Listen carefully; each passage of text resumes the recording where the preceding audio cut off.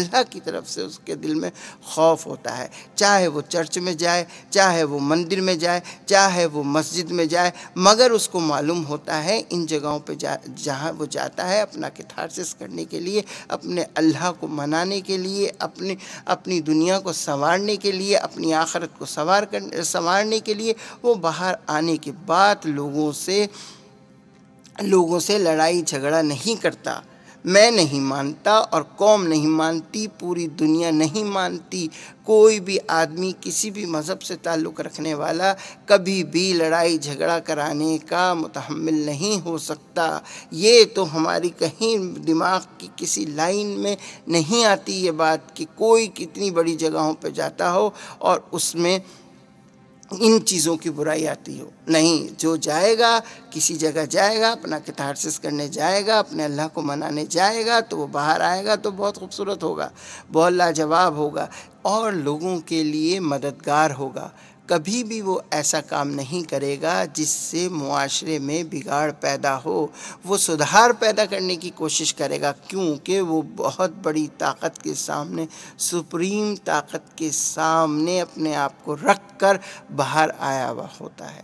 اس میں ہی کچھ لوگ ایسے ہوتے ہیں جو شرپسند ہوتے ہیں، مگر وہ پوری قوموں کے ترجمان نہیں ہوتے، کسی صورت نہیں ہوتے پوری قوموں کے ترجمان اگر شرپسند ہوتے ہیں۔ اسی طرح سیاسی پارٹیز میں، اسی طرح لسانی پارٹیز میں، اسی طرح کسی اور پارٹیز میں لوگ موجود ہوتے ہیں جن کو ہم شرپسند کہہ سکتے ہیں یا مفاد پرست کہہ سکتے ہیں۔ ان کی تعداد بہت تھوڑی ہوتی ہے، یہ نہ اپنے حق میں ہوتے ہیں اور نہ ہی یہ کسی بھی پارٹی کے حق میں ہوتے ہیں، جو جی چاہے بیان دے دیتے ہیں، گھبراہٹ میں بیان دیتے ہیں۔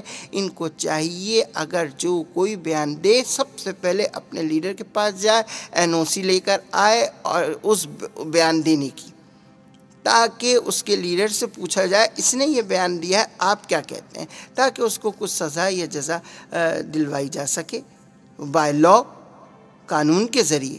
لیکن اپنی مرضی سے آ کر بیان دیا اور اپنی مرضی سے دوسرے نے اس پر بیان دے دیا، تیسرے نے آ کے اس پر بیان دے دیا اور خوب پاپولیرٹی حاصل کی، اپنی بھڑاس نکال کر پاپولیرٹی حاصل کی۔ اتنی بھڑاس نکالنا اچھی بات نہیں ہے، آپ کچھ دبا کے بات کریں۔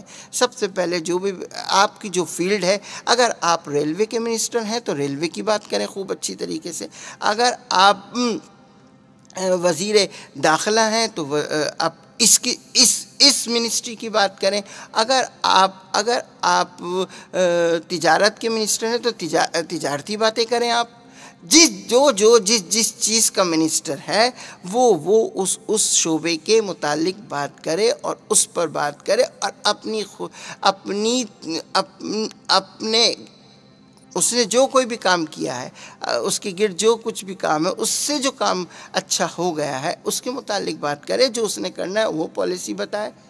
یہ کیا ہوا کہ اس کی دوسری باتیں، تیسری چوتھی باتیں، بیان پر بیان دینا اور دبا کے دینا اور اچھال کے دینا، اس قسم ان چیزوں کے یہ جو چیزیں ہم کرتے ہیں، ان چیزوں سے ملک میں بگاڑ پیدا ہوتا ہے۔ بگاڑ پیدا نہیں کرنا چاہیے، کوشش کرنی چاہیے کہ ہم اس قسم کی بات کریں کہ لوگ ہماری بات سمجھیں۔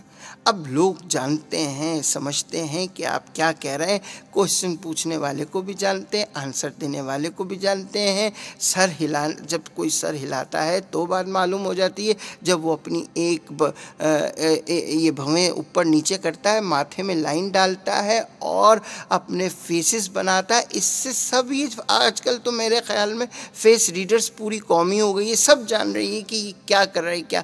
لیکن نور جہاں نے کیا خوب گیت گایا ہے نا، مجھے یاد آ رہا ہے تو میرا جی چاہے گا کہ وہ میں یہاں آپ کو ضرور بتاؤں، اور وہ گیت ہے کہ ہر دامن پر خون کے چھینٹے، زخم دلوں پر گہرے، سہمی نظریں بند زبانیں، خوف کے ظالم پہرے۔ اس میں نے کچھ بدل دیا ہے، بدل اس لیے دیا ہے کہ میں چاہوں کہ میں اس طرح کہوں۔ میں نے سنا ہے میں نے سنا ہے ایک دن سب کی سنتا ہے رحمان، اسلحہ پھینک دے یارا معافی مانگ لے یارا، اسلحہ پھینک دے یارا معافی مانگ لے یارا۔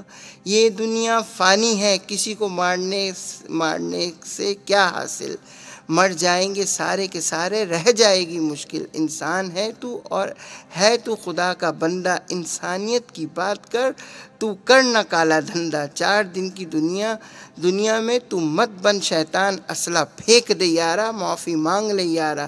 تیری میری ایک کہانی، چھوڑ بھی دے نادانی،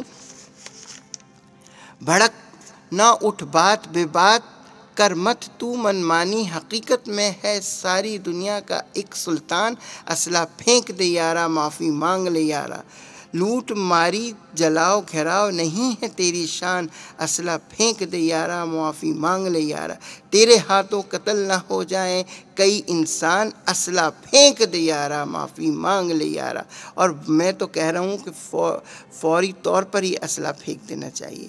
وہ جو کوئی بھی اسلحہ ہے خود بخود جائیں اور اپنی ہائی اتھارٹی کو، جس کو سمجھتے ہوں یہ نیک ہے، جس کو سمجھتے ہوں یہ صحیح ہے، وہاں جائیں، اپنے تمام جو چیزیں اسلحہ ہے جو انسانوں پر چلایا جا سکتا ہے وہ جمع کرا دیں۔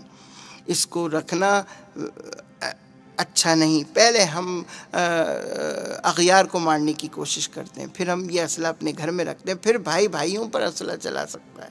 ہاں تھوڑی سی بات کے اوپر ٹی تان لے، کن پٹی پہ رکھ دے، کیوں؟ کیا وہی جج بن گیا؟ ایک قاتل ہی جج بن گیا، وہی جج ہے، وہی وکیل ہے، وہی منصف ہے۔ اس نے اٹھائی ٹی، نہ کسی سے پوچھا نے کیا کیا، نہ کوئی دلائل آئے، نہ کچھ آئے، ڈس ڈس ڈس۔